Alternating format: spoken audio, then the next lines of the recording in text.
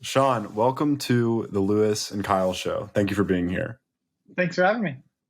So my first question is, how does a fresh Wharton grad, Boston Consulting Group, the tip of the spear in terms of like technologically advanced mind, go out and put a ton of debt on a engagement ring? What was going through your mind? How did you come to that decision? It's a funny story, and the punchline could be the things you do for love or something like that. But the actual story is I'm in Chicago, so there's a really big Tiffany store on Michigan Ave in Chicago. It was about a 5-minute walk from where I lived, and was like, all right, well, I know I'm going to propose to the woman who's now my wife. I'm going to go check it out. So walked in, met a really nice lady named Bonnie who showed me everything they had. And one of the things that Bonnie had to show me was a ring that they made. And to my knowledge, they're the only person who makes this exact style of ring. It's one center stone with two pear-shaped diamonds next to it. My wife's name is Pear. So when I saw that and Bonnie showed this to me, I was like, this was meant to be. I have to do it. Her name's Pear. Her ring's going to have pear stones on it. And said, okay, do it. And she's like, all right, this is the price. And I said, okay, great, let's do it. And she's like, do you have this on cash or do you want to get a check? And I was like, I don't have that. And they're like, well, we do have this awesome financing option for you. And next thing I knew, I was signing on the papers for this finance ring, which was meant to be, but just an absolute ton of money. But like, you went to school and learned about debt and how bad you've been on YouTube before. Like, I guess it is for love. But what was the payment? $4,500 every 2 weeks. Yeah, that's about right. That was after a sizable down payment as well. Wow. I mean, respect. And we're just not sharing this episode with Kyle's girlfriend is the moral of the story. This one may not make it on Instagram. I definitely hope she's not listening, because I hope to avoid it, but it turned into something really good for you. So let's talk about how it turned into your motivation and what you did with that motivation, just briefly, and then we can jump into some more high-level stuff. Yeah, so I signed on the dotted line. They were moving the ring size to make it smaller for my wife's tiny finger. And I felt really good for about 2 weeks. And then that first payment request came through and was like, oh, I really need to make a lot of money very quickly. And I've been very fortunate to have had a really good salary with my prior job.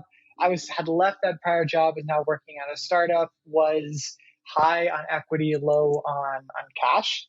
So I was like, hey, I got to start doing something. So I just started kind of flailing around. It was like, what is something that I can do that I know I can make money today and is not going to be so obvious that my girlfriend at the time is like, why are you going out to go power wash someone's driveway? And me suddenly we need to have a really good cover story for why I was trying to hustle to make money.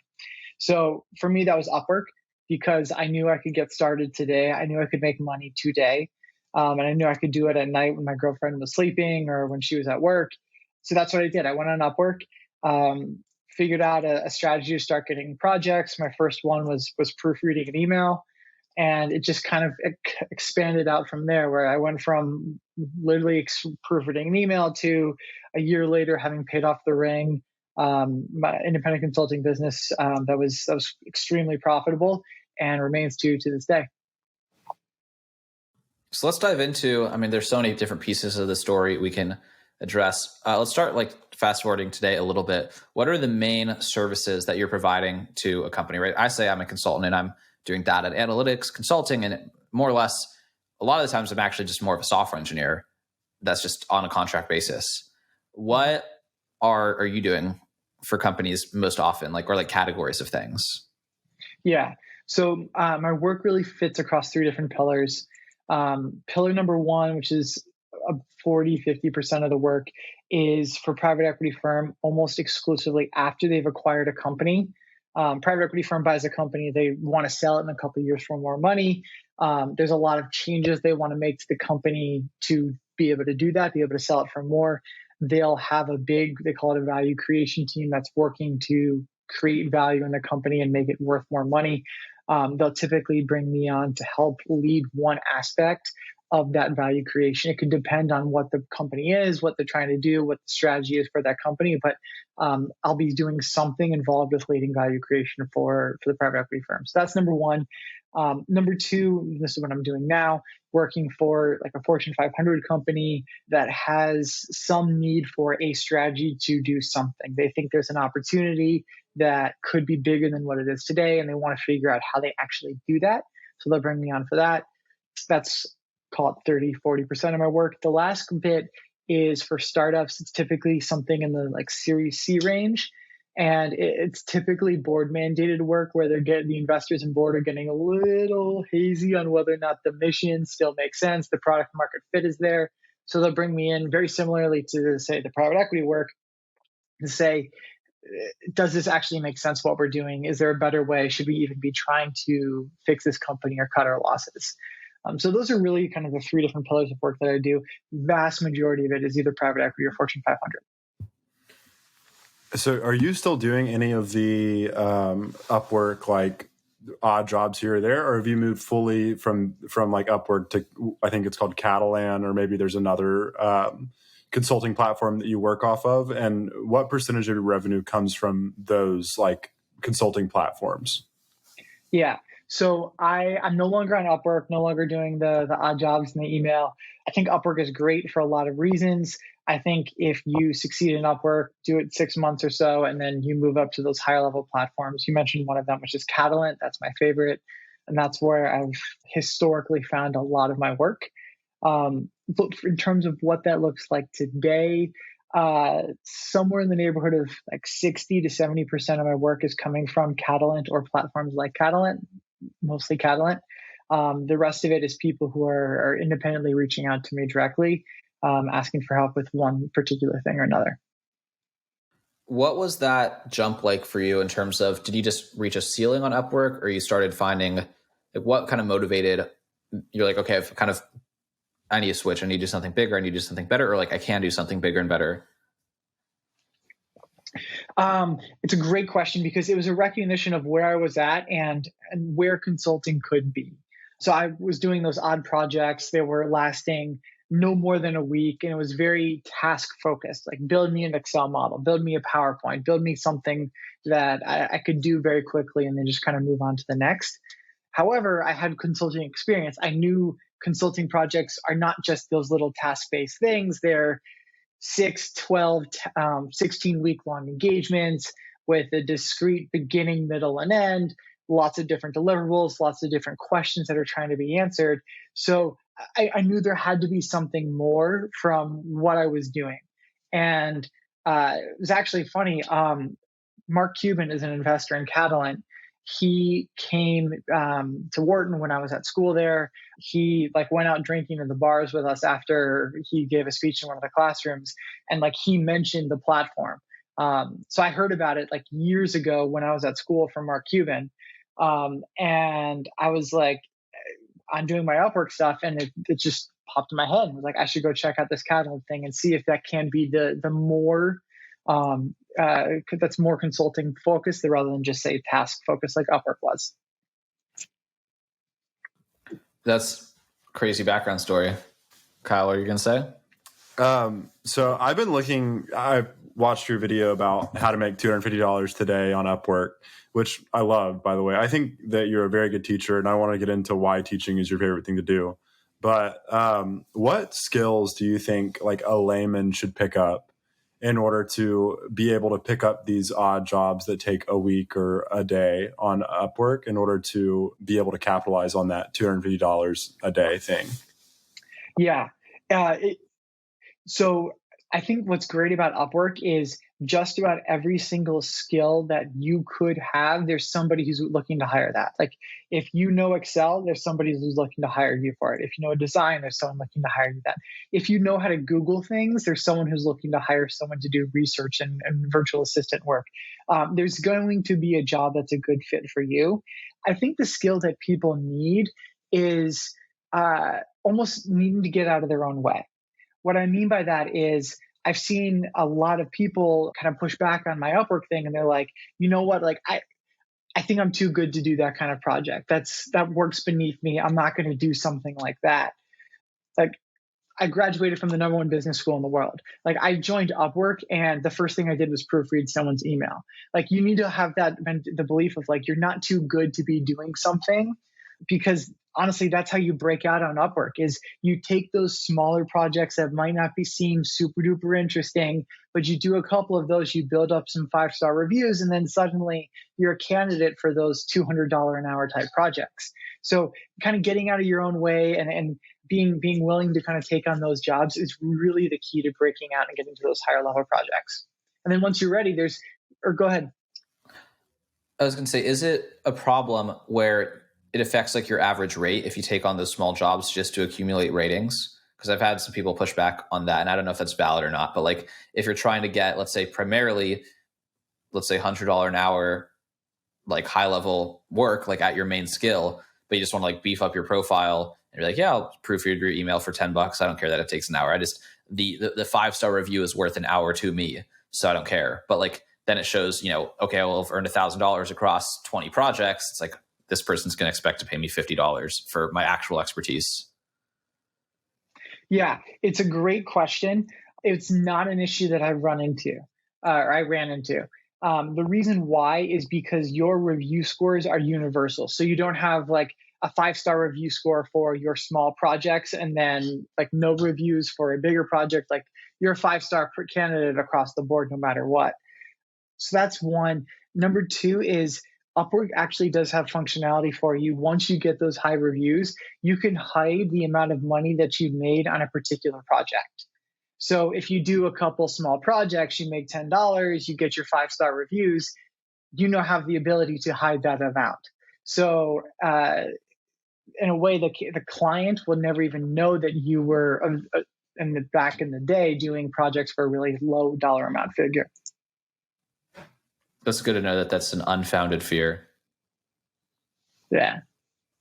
Do you do cold prospecting? I know you have one video, and I really like this video, and I'm needing to execute on it, so I've been doing some resume work. But applying for contract positions on LinkedIn is like another kind of, let's call it like under trafficked channel. Well, Upwork, I don't know if that's really an under trafficked channel, or if the key is like I don't know if this was your tweet or someone else's, but like the sauce there, and I use the word sauce so much these days, and it's kind of annoying to me even, but is that using an RSS feed to Slack for notification for like matching searches. I don't know if that was you or someone else who I picked that up on, but that's like tripled our reply rate, being like the very first or second to apply by getting a notification. I just wanted to like put that out there for anyone who's listening to this and may have missed that tip, that's definitely get instant notifications for jobs that match your ideal search. But the LinkedIn strategy, have you found that I guess 2 parts is agnostic in terms of the type of skill? Like it doesn't really matter, those consulting jobs. And then also like that involves like a cold email specifically, like your pitch is like, and find the recruiter and pitch them with a cold email. Do you have any other, I would call it like an outbound channel where you're like doing something besides just applying to the job in a platform? Good question. So the LinkedIn strategy is an awesome one because nobody knows about it, and it's shooting fish in a barrel. It's super straightforward. The jobs pay more, and there's less competition for those contract positions. So I've got a whole video that talks about exactly how to do this.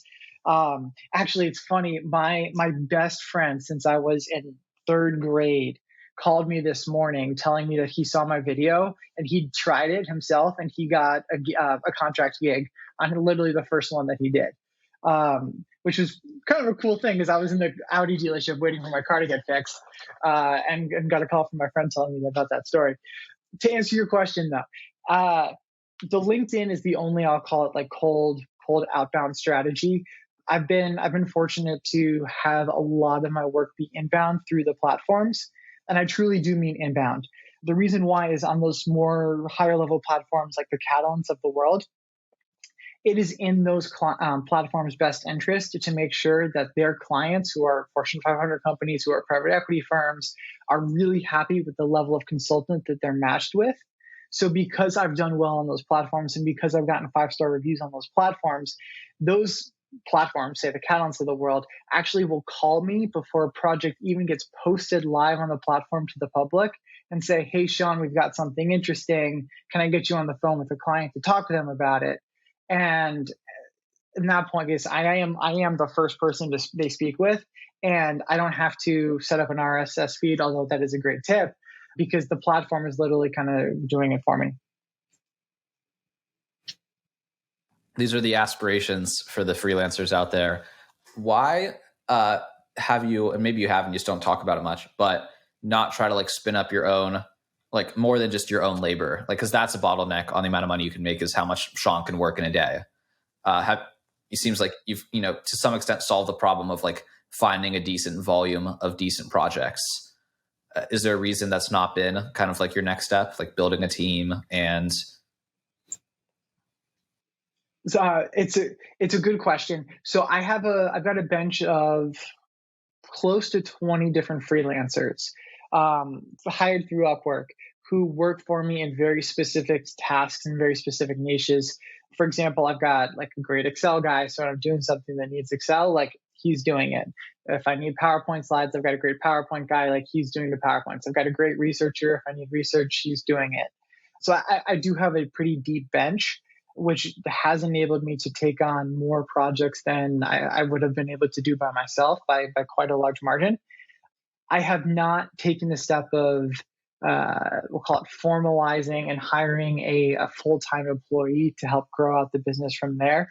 I know a lot of people who have tried that, and this model lends itself really well to like one solo individual with freelance support. Once you try hiring individuals behind you, the margins on consulting go from like 97% to like 10%.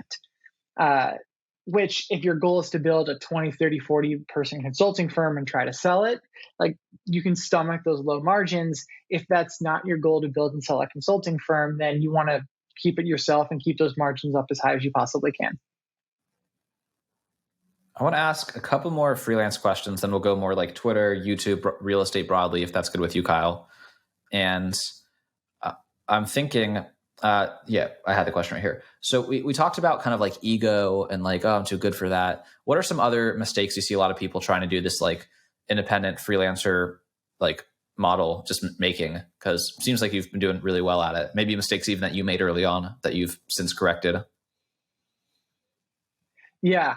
One that I see all the time, and I hire on Upwork a lot myself now for, again, that I've got a very large subcontracting specific parts of a project or something, right? Yeah. So it's interesting because I see these mistakes being made to me when people are pitching to me when I'm posting jobs on Upwork. A lot of freelancers and a lot of consultants are very me focused rather than client focused. At the end of the day, the client doesn't care who you are, where you went to school, what your experience level is, and how great your mom thinks you are. Like the client cares about like two things. Do you understand what they need done, and can you do what they need done? So what a lot of freelancers do is they see a project on Upwork, for example, and they go, hi, Joe Schmo, I'm the greatest at XYZ thing. Here's all of these companies that I've worked for. I can do an amazing job. Hire me, hire me, hire me. And Joe Schmo is like, got 12 of those pitches, and it's really hard to distinguish yourself and for Joe Schmo to decide who to hire in that situation because they're all the exact same. The freelancers who really succeed are very client focused. This is like straight out of the Jeff Bezos Amazon like customer focused playbook. The freelancers who succeed are the ones who put themselves in the client's shoes and they go, hi, Joe Schmo, you asked in your description for XYZ task to be done. My guess is you're asking for that task to be done because you need XYZ thing. you probably need XYZ thing because of ABC. And you literally just like spell out what you think their business problem is. And you're probably going to be right on what that is based off of the context they've given you in the description of the job anyways. But then you talk about like, because of all these things, this is what I think you need and what I think you need to fix it. Here's how I would approach doing so. Now, Joe Schmo is looking at that and he goes, wow, like this freelancer really understands why my situation, what I'm looking for. Who do I hire? The person who understands me and understands what I'm looking for, or the 12 generic random guys who are talking about how they're the greatest thing in the world? Like it's very, very, very easy for to make the right decision in that case. So as a freelancer, client focused, customer focused, thinking about how you can tailor everything to what that customer actually truly needs and what they're actually thinking about is the really big unlock. And it's a big mistake that a lot of people are making. Yeah, I'm just hiding my face looking at some of the proposals that I wrote out this morning on Upwork, making that mistake pretty explicitly. I am God's gift to Airtable. I thought that one would convert, but just that strong opening line. But Kyle, you look queued up as well. If you have more questions on the freelancing stuff, we can continue down that line. I want to shift. We can just bring estate eventually and talk to you. Let's loop them up in the bonus time. See, I don't know. I think SFRs and A+ neighborhoods is really interesting. I'm saying let's loop up the extra freelance questions at the end. So okay, I got what you're saying. So, Sean, as somebody who graduated from the #1 business school in the world, who has made a lot of money doing consulting for Fortune 500 companies, you've decided that the way that you want to build your own personal wealth is in single family homes. Can you walk us through that decision, specifically single family homes, and then why you think it's worth it to pay whatever multiple on the bricks to be in the correct location, in the correct A+ school zone? Yeah. So there's two decisions that were made. Number one is to go heavy into real estate. And then number two, what kind of real estate that we want to go into. So on the first one, the idea of going heavy into the real estate, that was always something that I planned to do. I moved a lot growing up, so got to see the choosing a house process quite a bit. So it was just something that I was excited about. I was passionate about. Same with my wife. It was always something she was interested in doing. What to buy, what type of property to buy, we were completely open to a lot of different things. So I did what a lot of people did. I went online. I was on Bigger Pockets. I got suckered into the idea of buying a multifamily property out of state. And we bought 2 in about a year period, and we were under contract on about 2 or 3 more. And we got absolutely creamed on all of them. I am very negative on the idea of the out-of-state multifamily properties, which we can talk about if it's interesting, but it's an area that gets a lot of hype, and the hype is not born in any reality in the numbers. So we got out of those properties, we got out of them, and it was not for us, but we knew we really did want to stay in the real estate space. So that came down to where can we put our money that we feel really good about? And again, we put the customer lens on this here. And we said, what is the ideal tenant for us? And what does that look like? And it was a tenant that is going to stay in the property for a very long time. It's a tenant who's going to pay a high rental price to be in that property. So we said, okay, what is the property that actually will enable that? And that is a single family house in a really, really stellar school district. So many people are buying apartment buildings. Apartment buildings are mostly studio 1, maybe 2 bedroom units. Who stays in a 1 or 2 bedroom unit? It's typically people who are a little younger. They're going to be more transient. They're going to move every year or so. I did when I was younger and still living in a 1 bedroom apartment. But if we're talking about a house, we're talking about a house with 3, 4, 5 bedrooms. Unless that's next to a college and it's a frat house, the only people who are going to be interested in a 3, 4, 5 bedroom house are people with families and kids. And speaking as a dad myself, people with kids really care about being in an area with a great school district. So they're going to pay a premium to be in the best school district, and they're going to stay for a lot of years so their kids can go all the way through that school district. So putting all of that on the table and thinking about that, we said, like, we're going to find the absolute best school district in our area. And we're going to get really, really good at that market. We're going to know that market better than anyone else. And we're going to start buying homes and renting them out once we get them. So that's what we did. And that's what we have been doing in the real estate game for us. So I'm a multifamily broker. I sell apartment complexes to out-of-state investors. Oh, sorry about that. No, what size deals did you buy and where were they? So we bought a 7 unit in Iowa in the Moline area. And then we bought a 6 unit in Wisconsin, like middle of Wisconsin, Wausau area. And then we were under contract on a couple of others in basically Midwest areas, roughly 50 to 100,000 people in the town. It's hard to make the smaller deals like that work, especially when you've got that 8.5% management fee or whatever. Yep. Yeah, very much so. I understand for sure. We sell 50 plus unit deals. Some totally different ball game there. Stuff that's smaller, but yeah. So I understand exactly what you're saying. I think it goes to show why you're successful with consulting. The way that you think about these different things and your answers to these questions is interesting to me. The way that you broke down, who lives here, and I really like the Jeff Bezos sort of what's the word? Sauce, maybe. The customer centric thinking here, I think is I'm learning from you to think like that.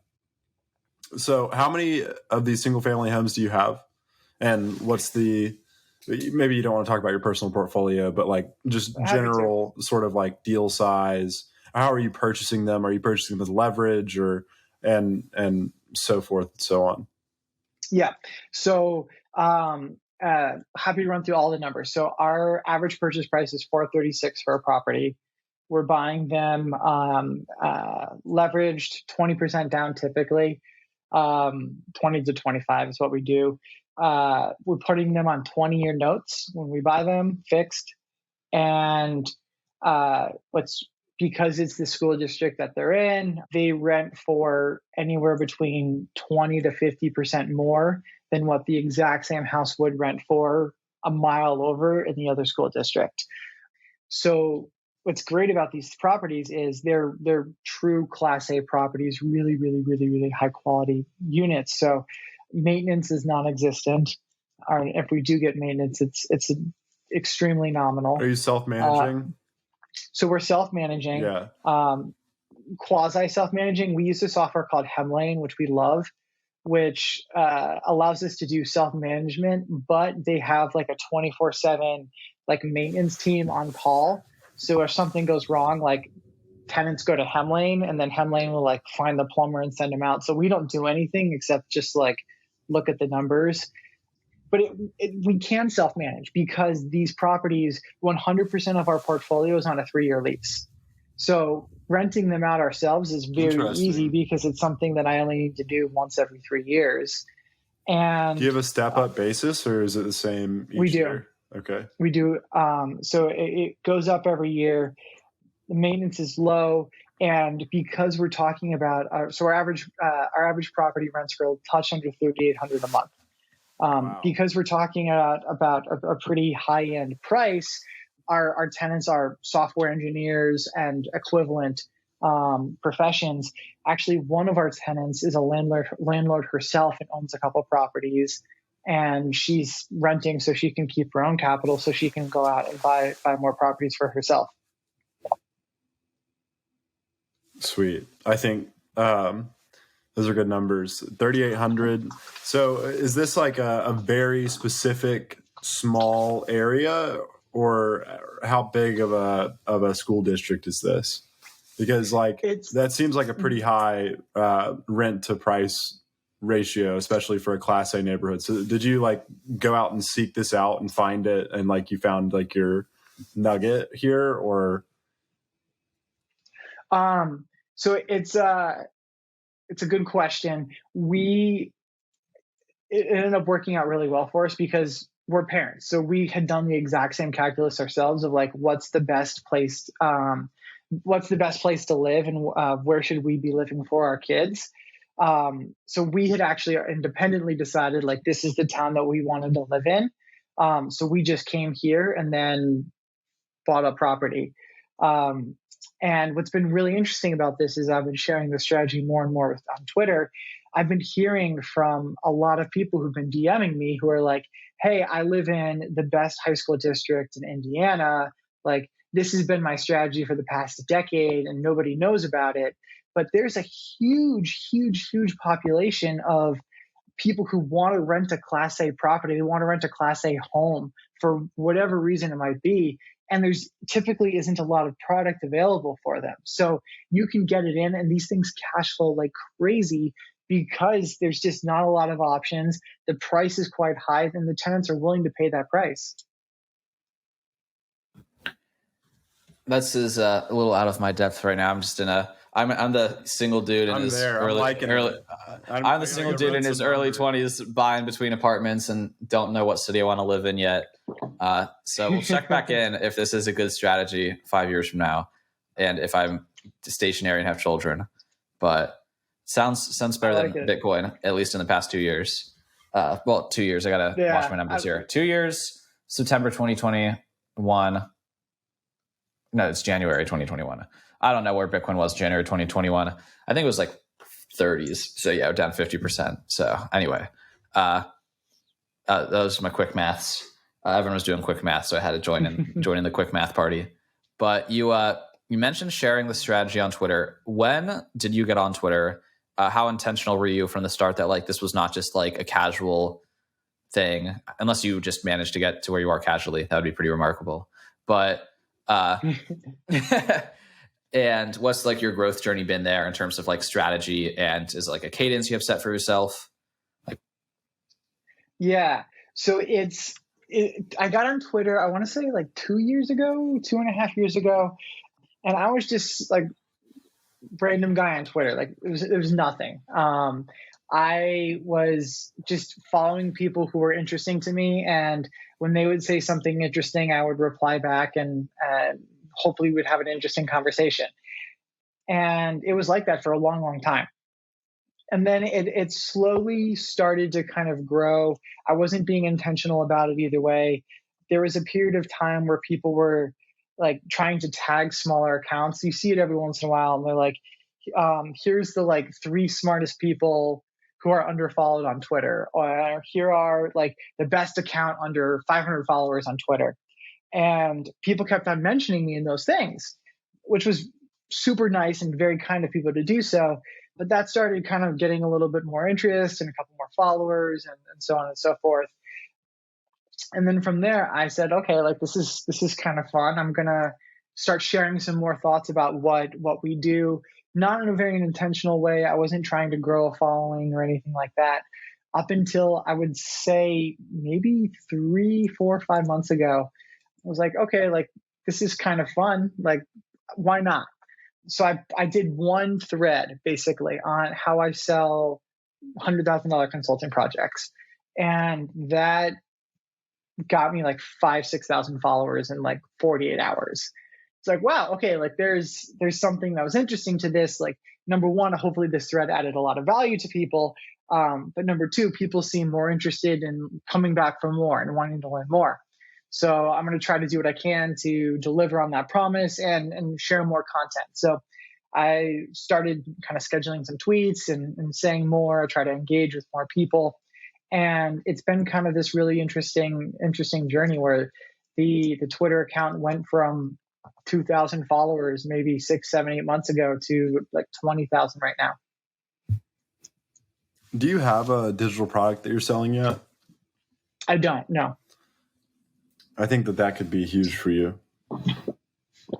It's interesting. I've had a lot of people DM me and ask like, hey, do you have a course? Do you have an ebook where I can learn more about a specific strategy that I'm talking about, whether it's the consulting, whether it's the real estate?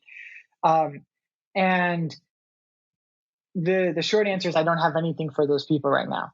So I spend a lot of time in my DMs, and I hope saying this is not going to like crush my schedule more, but like I get a lot of messages and I respond to 99% of them, and I try to answer people's questions because I don't have anything else to be sending people to right now. It's really just the Twitter and the YouTube videos. You set up a whole Meet Kevin offer where they'll help. Yeah, that's what I was thinking. Orbit Metrics and Kyle Bishop will win-win. My best performing tweet, like within the past 2 weeks, was there's a Dickie Bush tweet, or not a Dickie Bush tweet, a Dickie Bush video. If you follow Dickie, where he talks about how to generate. It's his 4A framework for like how he generates content ideas. And all I did was just screenshot the video and tag him and just a quote from the video. And that got like 100 likes or whatever, which for me is a good performing tweet, at least in my size. But that's awesome. At least for now. But the quote in the quote in the tweet was like, people, oh goodness, this would be so much easier if I just pulled it up, but it's like, people don't pay for information, people pay for, right, like packaging, speed, accountability, et cetera, et cetera, et cetera. It's like, I feel like there's nothing you're holding back, right? There's no like ebook that's going to reveal like the seventh. It's like you're giving us 6 out of 7 steps of I feel like you're giving us everything. Like, no, they've been like an open book with the strategies. So it's like for you, like with this ebook or with some course, it's like people are literally asking you to package something that you've already said on your YouTube channel in a long form video, step by step, literally screen sharing the steps, and you've step by step in thread, but people still want to pay for it because it's like they just want to go through the accountability of purchasing something or having something sequenced or just like slightly more organized for them is worth like that 50, 100, $1,000 depending on however you package the product. But that was a really good quote. I thought it was like people, because there's no information you're hiding in any of your content, at least that I can see. Maybe like, someone gets into your private mastermind, you like show them like an address or something specific. I don't know, but like there's nothing. You could also just make it free back and collect email addresses and then just send those email addresses your new YouTube videos or whatever, just for the sake of growing the things that you're already doing. But you already make a lot of money, so I don't know if it's something on top of your mind. I guess that would be a good question. Secondarily, go ahead. Go ahead. Oh, I was just gonna say, like, you can say what like you're about to say, but like I'm curious what the kind of next set of like intentions, goals, etc. are, if there is like a specific. I know YouTube's a huge focus, and I don't know how much like an email list reinforces YouTube or not. But so yeah, speaking to like the general 2023 outlook, let's say. Yeah, it's a good question, and like I agree with you guys. There's a lot of value that could be created by digital products, and number one for the customers, because again, I'm very customer focused. But number two, like it could be a revenue stream. That being said, I'm quite fortunate to make quite a lot of money in my 20s. I have a pretty sizable rental portfolio, and my return on invested capital is north of 15% in every one of my properties. So like I don't need the money, which is nice because I don't need to monetize anything too early. I've seen a couple of people on Twitter, there's one in particular that's coming to mind actually, that has tried too hard to like throw a Gumroad link into their tweets and to monetize things too early. And I think it alienates their audience, and I think they stop growing their account as a result, because they get labeled. They're another course person. They're not someone who's actually trying to sort of share and get value. But because I don't need the revenue from the courses right now, I think I can take my time and use Twitter to really just kind of be an open book and share everything that I can share. Same with YouTube. And I'm going to spend a lot of time in 2023 trying to grow both of them, YouTube in particular. I'm going to be publishing a video every single day, 7 days a week for the entirety of 2023, which is going to be an absolute ton of work. but like I don't need to monetize those just yet. So I'm gonna focus on kind of growing the pie before kind of doing anything that could be monetized, whatever that monetization could look like. That's something to figure out after focusing on what I'm doing right now. Who are your role models on YouTube right now? I know Graham Stephan's a big one. Maybe at least there's some tropes, if that's the right word, on the channel, and some like kind of inspiration. But who else is like inspired you to be like, I want to do YouTube because this person did YouTube and I learned a lot, or just love what they're doing and want to emulate aspects of Yeah. So what I did, there's a couple that come to mind. Charlie Chang and Brian Jung, and Graham Stephan are the three that come to mind. The reason why those three come to mind is they were all profiled by a major publication. Andre Jick, is another one. So those come to mind because they were all profiled by a major publication about how much they were making on YouTube. I've actually been in talks with that publication about doing an article about me on how much I'm making from the consulting, and they wanted like tax returns basically to verify that I am making the amount that I make. So for that reason, I am very confident that they asked those guys the exact same question, and they verified. Which means they legitimately make as much money as they say they're making. Correct. Exactly. So I basically was like data nerd consultant on all of that. So I went to those articles the day that they were published and got the numbers off of what they were making. And then I ran Phantom Buster and a couple different scrapers through their YouTube channel and basically scraped all of the data off of their channels going back to the day they started their channel. And it gave me a pretty sizable data set. And I've basically just been reverse engineering everything that they've done. Kyle's face because I know right it now. works. Sorry, if you're not on YouTube right now, you're just missing out because Kyle's just like melting at this strategy. He's having so much fun listening to this. Yeah. So we'll call them the role models because their framework has been the basis for everything that I've done. And I've got a very large Excel that is kind of tearing apart what they've done into like a lot of different data points. And there's a very, very, very, very clear pattern that I was able to come up with. And I looked across a lot of data points. I cut the words per minute they were speaking based off of what point in the video, like all sort of it, and just basically reverse engineered it. And I could be proven wrong. I'm still relatively small on YouTube, but I'm confident that if I basically publish consistently through 2023 and following their blueprint, I'll be able to reach a certain level of YouTube success, which in this case, I guess is subscribers, view count, whatever you want to call it. Holy shit, Batman. I love it. Are you doing your own editing? That's good at this point in time? You're editing. I'm sorry, what was editing? So I am not doing the editing. Your edits are involved. Mm-hmm. So I write the scripts. I come up with the concept. I film the video, and I grab the content that's going to be used in the video. So screenshots, screen recordings, whatever that might be. B-roll, sort of. Yeah, the B-roll, exactly. And then I have an editor that I work with. We've been working together now for 4 or 5 months or so. Absolutely fantastic. He puts everything together, but it's really a true partnership because he's very, very, very good at what he does. And this is a space that he knows really well. He knows way better than me. So he's able to look at the way I film something and say, hey, I've got some feedback for you. Next time, do it this way, or next time, do that, which makes the videos better. And we're collectively both getting better. So it's a team effort in terms of how we're doing this. Is he also your thumbnails person?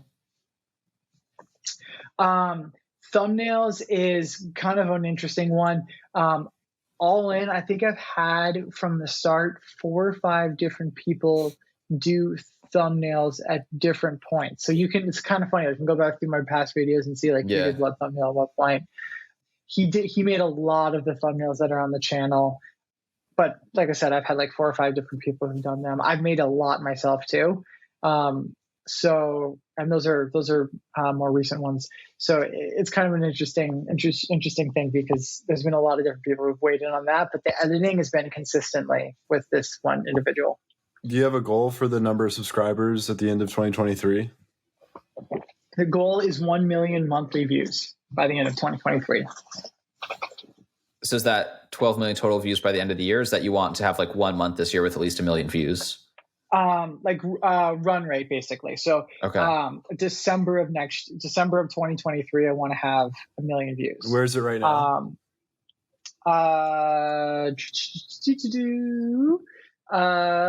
So this one is kind of a hard month to answer because there was a big spike, but it's at 58,000 roughly, something like that. I think you're falling. Hopefully, I'm speaking, without full reason to have confidence in what I'm saying, but hopefully you're falling like victim to the same, like underestimating your own compounding, being like, well, don't count this month. This month's at 50K, but don't count that because it's randomly high for some reason. It's like, I mean, if you're going to publish 200 more videos in the next 200 days, I feel like you have a lot more opportunities for it to like be randomly high, and whatever video that popped off this month isn't necessarily going to die unless it was just like a super timely video instead of a timeless video. But yeah, it's kind of you to say, and I think that's right. I mean, I at the end of the day, like I'm a consultant, I'm a business guy, I'm a data person. So like I've gone back to the beginning for the 6, 7, 8 months ago, and I've looked at the number of views that I've gotten every single week for 6, 7, 8 months now. So I've got a lot of data in terms of what the growth rate on a week over week basis is. And it is really, really, really consistently about 20% week over week growth, which is shocking. Like some weeks it's like 18%, some weeks it's 22%, but it's basically 20% every single week. And that's been with 3 videos per week instead of 7. 3 videos per week. Correct. So I look at that and I go, okay, like it doesn't sound like anything because like the first week it was 20 views. And then the week after that, it was like, 24 views, whatever it is. So it doesn't seem like it's growing, but that growth rate is held and then start extrapolating out. And now we're at 2,000. 20% per month is a lot. Per week. 20% per week. Oh, per week. Per month is a lot too. So yeah. So I mean, if this holds, I have it right here. I have a Excel that's built up and it's pulling data in automatically and all that good stuff. But like, if this holds, I'll reach the 1 million views a month in October of this year. If it doesn't hold, we'll see what happens. But for now, I'm on pace to hit it in October. Do you have 300 video ideas or a confident strategy to have 300 video ideas for the next 300 days? Yeah, so we're doing 3 long form videos Monday, Wednesday, Friday, and then the other days of the week are going to be shorts. Okay. We've actually gotten some. I've gotten shorts is where I would trust projections the least. In my opinion. So the view goal of 1 million views a month does not include shorts. Okay. We're viewing shorts as an enabler to like get my face in front of people. So when they see a thumbnail with me, they're like, oh, like I think I've seen that guy, not a like strategy that's going to actually like move the needle. Yeah, I feel like it's one of those things where like, is this still working? Like it's not something I would build a business around. It's like let's just run this till it dies and just be grateful for whatever it provided for us. Very much agree. And shorts have barely any, if any at all, B-roll. And they're about 20 seconds long. So like I filmed our first 10 shorts last Friday, I want to say, and it took me 12 minutes to film all 10 shorts. Because you had an editor. So the editor's doing it, and and he's doing the prep. The prep work took 20 minutes max because the shorts are 20 seconds long. So each short writing the words for it was like just a few minutes. So it wasn't anything crazy. What are some unique ways that you've applied your data analytics brain to parenthood, if any? Oh, that's a really interesting question.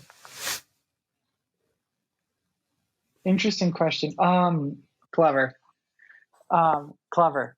And I guess now that I've thought about it, I don't really have an answer in terms, like I haven't been doing anything analytical from like a parenthood perspective.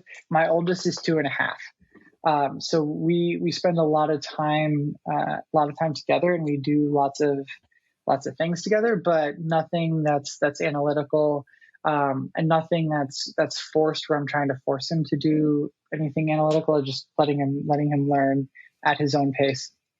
You didn't track like he's not nights wearing in bed and like he's not wearing an Aura ring that kind or of something. thing. Yeah. I mean, I do have the Aura ring here. I tracked my sleep when he was growing up. That was terrible. I actually got to the point that I stopped looking at it because it was so bad. But his no tracking for him specifically. I think you're the youngest person that I've asked this question to, but so many parents describe this like light switch in your brain sort of moment when you have a child. Did that happen to you? Do you relate to that? I don't think so, actually. I know exactly what you're talking about. I've had people describe it to me. I don't think so. In a lot of the contexts where I've heard people talk about that, it's people who are like, hey, like I was spending my 20s like partying a lot and doing all sorts of things, and like I had my kid and decided I had to get my act together. I'm not trying to say that like I think I had my act together or anything like that, but I when I had a kid, like I already had built a successful business. I wasn't going out partying on weekends. Like my wife and I I still make fun of her for it. Like on the weekends, like she wanted to go into the office to work on Saturdays and Sundays. Like we would get up on Saturday morning, go for a run, and then go to the office.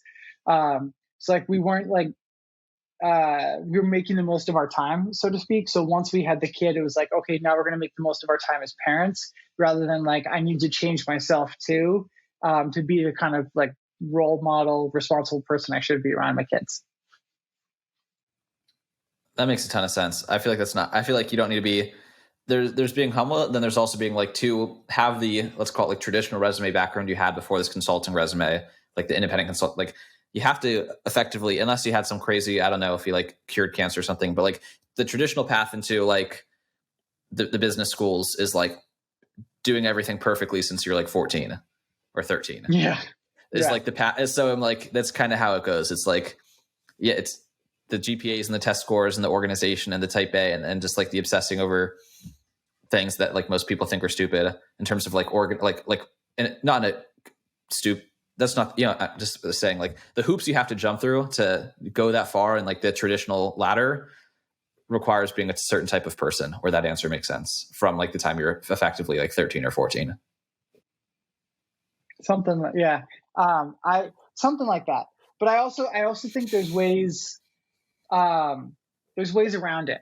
Like I think about this concept a lot, and I've talked about it with my wife quite a bit, is I think it's really important to think of yourself as almost as an explorer, right? Of like, where you are on the map and you want to know where you're going on the map. Now, both of those take a lot of self-awareness because you need to know who you are, you know what you're good at, you need to know where you are currently, and you need to know where you want to go. You need to know like what the perfect day looks like. You need to know what your goals truly, truly are. But once you have those two things, then the question becomes, what is the easiest, most straightforward, least path of least resistance to go between those 2 points? And once you figure that out, it can get really, really, really easy. For example, like I went to Wharton. One of there's a lot of really easy ways to get into Wharton if you know that's your goal and you're trying to like hack your system, the system around to it. I took an easier path. I didn't take the easiest path, but there are some very easy ways to get in. If you know that's where you are and where you want to go as Wharton, like you can do it. Like what? Kyle's like, come on, I got time. So there's two different ways that come into mind. It depends. One's got to be born rich. It's got to be one. No. So there's two different paths. It depends on your gender on which path is best and open for you. I'm a man. You're a man. Okay. So you're a man. If you want to go to Wharton, the best way to do that is to apply to the nursing school, because the nursing school is over 90% female. If you're a man, your acceptance rate is exceptionally high because they do want to have men in the program. The transfer acceptance rate from the nursing school to Wharton is exceptionally high. So if you're a man, the way you do it is you apply to the nursing school, you get in because they have a very high acceptance rate, and then you apply to transfer into Wharton, which also has a very high acceptance rate. If you're female and you want to get into Wharton, the best way to do it is to become a rower. Over 70% of high school female rowers end up getting recruited to college. That's a lot higher than the acceptance rate right off the bat for college. So like there are ways, if you are convinced of like, I know where I am and I know where I want to go, and if Wharton's where I want to go, like find the path of least resistance to go between those two areas. I think if we had our friend Joe Weeby on the call, he'd have some interesting words for that in terms of like, I mean, you're not saying that that's like metaphysically super the wrong word here, but like that's like the all things considered right thing to do. It's just like your point is like if you're hyper fixated on some outcome and you decided that like it's worth it to do some activity you have no pleasure in or whatever, or like take 2 semesters of classes that are like potentially worthless to you for that goal, then I would agree with that. We did one episode a couple weeks ago with this woman, Kelly Powell. We published it very recently, and she is into the private equity space. Like her book was about like how she grew her business, her consulting business, by consulting with private equity and basically just being like the tech operating partner when they made acquisitions. But she made Kyle and I add this question. She inspired us to add this question to like our general repertoire for interviews. What is the most impactful, interesting, random, thought-provoking, or does that comes to mind in terms of like a random like breakfast or coffee date / appointment date, not in like with a woman or a romantic partner, but like just like someone's like, let's meet for coffee, just like a kind of random, and it ended up being like actually pretty significant, or some takeaway from the conversation or relationship that ended up being like impactful from kind of like a serendipitous, like, yeah, let's just grab coffee. So you could have invited that person and then it was a breakfast meeting. That was the whole. Was it breakfast specifically? It was breakfast. Okay. It was all about breakfast.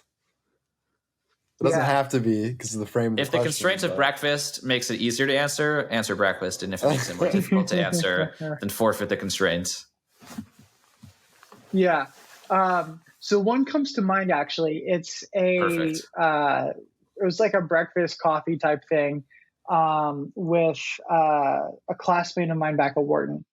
And she knew that we were both interested in the idea of entrepreneurship. And she had asked us if we could get coffee or whatever.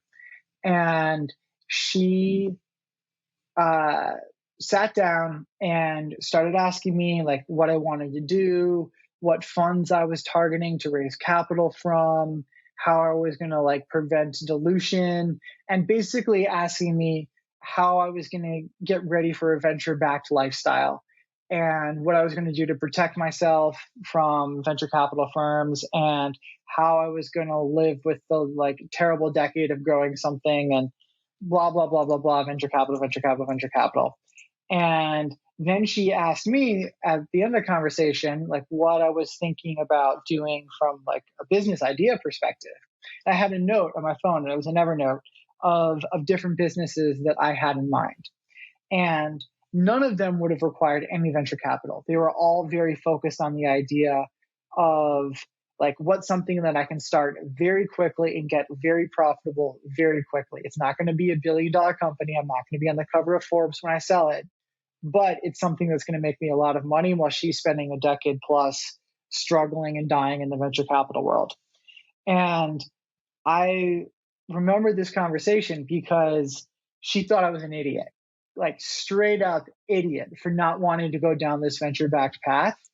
And I just remember sitting there, I was like, we just spent an hour talking about how your life is going to suck for a decade trying to build a company, and your odds of success are 0.000016%. And venture capitalists are going to fire you at every opportunity. How do we actually want to be doing that? Like, there's no interest in that. There's no excitement about doing that. Like, it's just not a good setup. And that meeting in particular was one that really cemented for me the idea of there's a lot of different ways to do entrepreneurship, and it doesn't have to be the famous venture-backed path. It's starting something quick, profitable, easy, can be a hell of a business. I think that's the motivating message to leave people with. I think your YouTube and your Twitter are probably the best place for people to reach you and or continue to learn from you if this is interesting. There's going to be an onslaught of content over 2023 for whoever wants to learn from Sean. So Sean, where should we send people who want to keep the conversation going, whether that's asynchronously just by watching your content or by shooting you a DM for their limited time, you're still able to actually handle that volume? Because I know that's going to be tough as time goes on. That's totally fair. So Twitter and YouTube would be the best places. We'll do my best to get to every DM. You can also email me. My email is sean@theodadgroup.com. Like, I've given it out before. I'll keep doing it. Feel free to shoot me a note, and I'll do whatever I can to get back to you. Amazing. Well, this has been an awesome conversation. I have tons I need to apply from this for getting more consulting work for my business. And Kyle will, pick the best neighborhood for him and his family. So this has been sick.